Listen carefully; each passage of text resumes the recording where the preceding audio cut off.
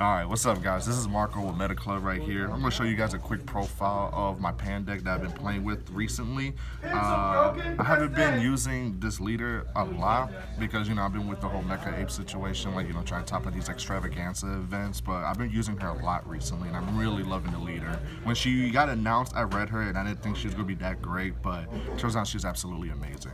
So for you guys that don't know, basically on the Unawakened side, every time you play a battle card, it is the first battle card. You don't choose which one throughout the turn. Whenever you play the first one, it gains 5k. If the battle card hits 20k, you basically draw a card. To awaken, you untap 2, then you awaken. On the other side is basically the same thing. When you play a battle card, it gains 5k, you would get the draw, and then when she attacks, you draw.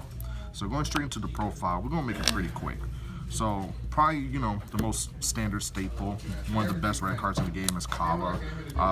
Really good early game, really good late game. It's just depending on the situation, especially against Mecha Frieza leaders.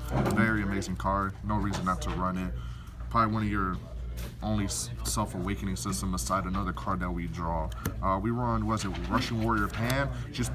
She's absolutely amazing. When I first started playing her, I didn't use her to her best potential, but after learning the deck a little bit more, I started using her to her full potential. Maybe not full potential because I still have a lot to learn, but I'm utilizing her much better. So she's absolutely amazing.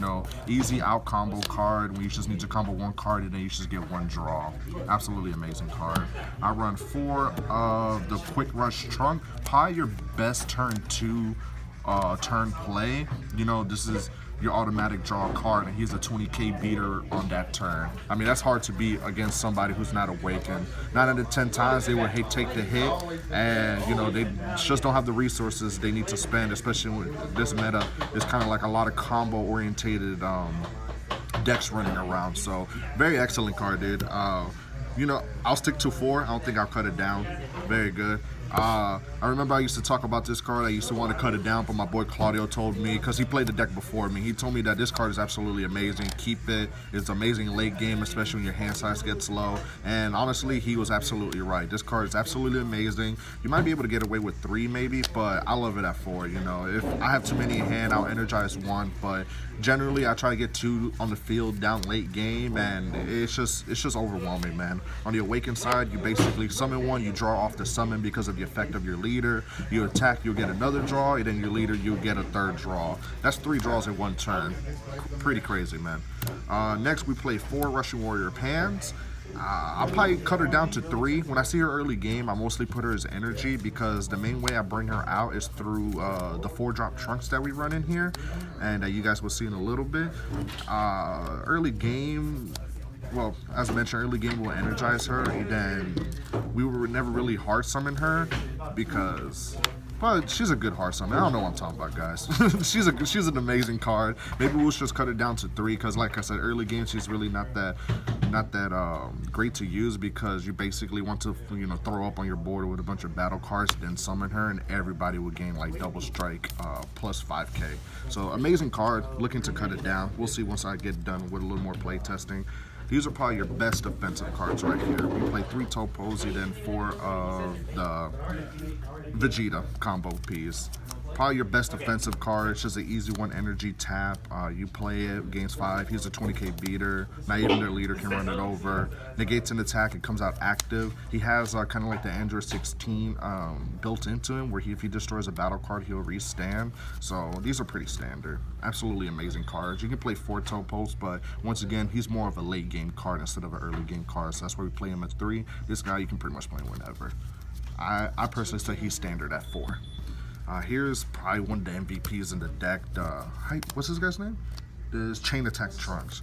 Absolutely amazing. You can evolve it over the Quick Rush Attack Trunks for 2 energies, and basically his effect is when you play this card, you play a battle card from your hand that's 15 or less, and everybody should know this combo, but we combo him with the Haru Haru. With this meta, where Mecha Frieza is running all over the place, this is probably your best play.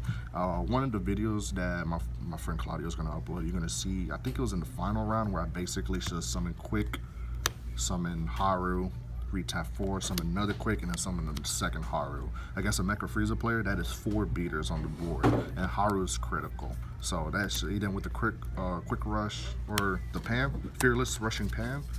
Discard. I'm butchering names over here. They gain 5k, double strike. It's just absolutely amazing pressure during late game. Card is like MVP in here. Combo with the Haru.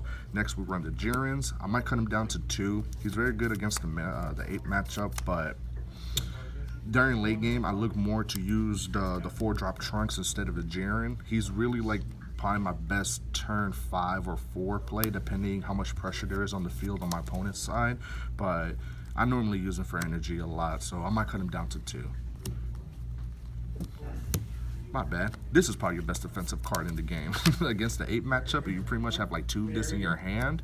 It's just absolutely amazing, man. It puts your leader at 25 on the Awakened side, and they pretty much have to use resources in their hands to pretty much put more pressure on you. And they, like I said, Mecha Frieza players don't want to do that because they have to be very resourceful with their hands. But this card is absolutely amazing. Here, we run the Handed Giru. You either run Diz or you run the Vados. Personally, I like to run the Vados. I like the way she looks better, but the only reason I run Diz over Vados is because they can come in foil. But they both do the same jobs. This is your super combo. We're going to finish off with these 5 black cards. Here are pretty much your Bardock lineup. This is very good against the Mecha Veggies matchup, or any matchup really. You know, it's just extra pressure. He comes in as double strike himself, and here is your other self-awakening mechanism. The good thing about this deck is that you can put so much pressure on your opponent because even without awakening, you are drawing cards during your turn. So, you know, with the whole sometimes it gets slow because you only have 2 self-awakening mechanisms, but at some point you're putting so much pressure on your opponent that they're going to have to start attacking you. So my personal experience, just these 2 being your only self-awakening mechanism is completely fine. His effect, you take a life, send a battle card on your opponent's side to the field that's 5 or less to the open realm. Very good against apes unless, you know, they summon King Vegeta 5-drop, then, you know, you're just going to summon them for self-awakening system or more pressure. But yeah, so that's pretty much the profile, guys. I'm looking to experiment with this deck a lot. I like to make Pan red yellow. You know, sounds kind of crazy, but it's pretty much it's a build I'm looking to counter apes or even the veggie mecha, because that matchup is just so hard. You can put pressure on the board, but if it's just destroying everything with Broly and Kales, like, you know, you're just basically summoning 1 or 2, especially when they carry Bloodlust. Smart players, they carry Bloodlust for your Trunks 4-drop. So at most you're playing like 2 cards per turn, and it's just really tough against the matchup. So I'm looking to build that. I'm looking for the, you know, common build of the blue-red, you know, it's just with the boost, maybe the negates and stuff like that. But I will be experimenting with this leader, so, you know, just stay tuned. But this is the mono red with a little bit of black of an engine Pam deck that I've been running. I've been really enjoying this. Thanks for watching.